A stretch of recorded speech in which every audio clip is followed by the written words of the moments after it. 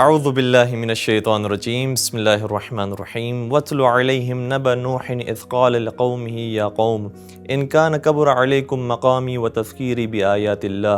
فعلی اللہ توکلت فاجمعوا امرکم وشرکاءکم ثم لا یکن امرکم علیکم غمہ ثم اقضوا الی ولا تنظرون۔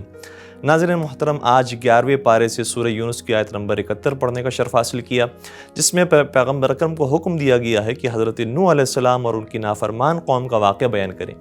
ارشاد ہوتا ہے کہ اور ان پر نوح علیہ السلام کی داستان بیان فرمائیے جب انہوں نے اپنی قوم سے کہا کہ اے میری قوم، اگر تم پر میرا قیام اور میری تبلیغ گراں گزر رہی ہے تو یاد رکھو میرا اعتماد اور توکل اللہ کی ذات پر ہے اور مجھے تمہارا کوئی ڈر نہیں ہے، سو تم سب اکٹھے ہو کر میرے خلاف اپنے کام کرو اور اپنے بڑوں کو بھی ساتھ ملا لو، اور میرے خلاف جو منصوبے بنانا چاہتے ہو اس پر اتنا غور و فکر کرو کہ کوئی آپشن تم پر پوشیدہ نہ رہے،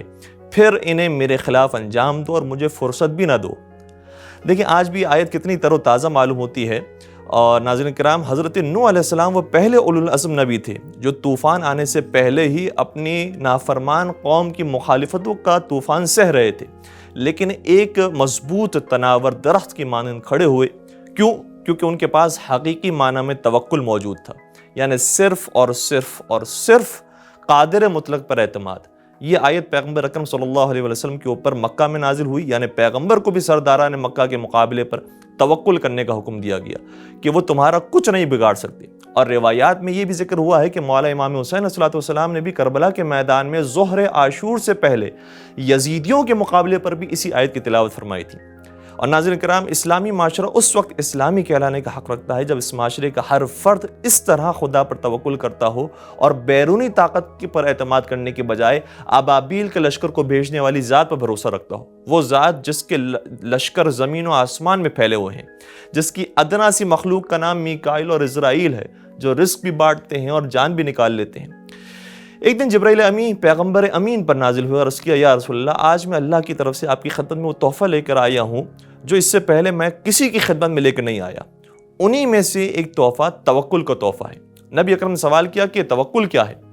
جبرائیل نے بحکم رب عرض کیا، العلم بان المخلوق لا يضر ولا ينفع ولا يعطي ولا يمنع واستعمال اليأس من الخلق، یعنی یہ جان لینا کہ مخلوق نہ فائدہ پہنچا سکتی ہے، نہ نقصان پہنچا سکتی ہے، نہ کچھ دے سکتی ہے، نہ کچھ روک سکتی ہے، اور مخلوق سے ذرہ برابر بھی امید نہ لگانا۔ فَإِذَا كَانَ الْعَبْدُ كَذَلِكَ لَمْ يَعْمَلْ لِأَحَدٍ سِوَى اللَّهِ وَلَمْ يَرْجُو وَلَمْ يَخِفْ سِوَى اللَّهِ وَلَمْ يَطْمِعْ فِي أَحَدٍ سِوَى اللَّهِ، جب بندہ خدا کو اپنا سہارا بنا لیتا ہے تو وہ کوئی کام نہیں کرتا سوائے اللہ کے لیے، اور نہ کسی سے امید لگاتا ہے اور نہ کسی سے ڈرتا ہے اور نہ کسی چیز کی لالچ رکھتا ہے سوائے اللہ سے۔ فَهَذَا هُوَ التَّوَكُّلُ، یہ حقیقی معنی میں توکل ہے۔ ناظرین کرام، جب قوم اور لیڈر ایسی توحید رکھنے والے ہوں گے تو نہ دھمکیوں سے کوئی فرق پڑے گا، نہ سینکشن سے کوئی فرق پڑے گا، کسی میں اتنی طاقت نہیں کہ وہ کسی اپنے جیسے کا رزق بند کر سکے یا اس کی موت وقت سے پہلے اس کے لیے لا سکے۔ توکل صرف ایک لفظ کا نام نہیں ہے، بلکہ ایسی سوچ کا نام ہے جو سر سے پیر تک انسان کے ہر عمل کے ساتھ ہونی چاہیے۔ اس لیے مختلف انداز سے اسی پیغام کو بار بار پہنچایا گیا۔ سورہ زمر کی آیت نمبر 36 کے اندر ارشاد ہوتا ہے، الیس اللہ بکاف عبدا، کیا اللہ اپنے بندے کے لیے کافی نہیں ہے؟ عزیزان من، پورے قرآن کا ما حصل یہی ہے، انبیاء کرام کی زحمتوں کا خلاصہ یہی ہے، اور ہمارے کلمے کی روح بھی یہی ہے کہ توکل ہو تو صرف ذات پروردگار پر ہو۔ والسلام علیکم ورحمۃ اللہ وبرکاتہ۔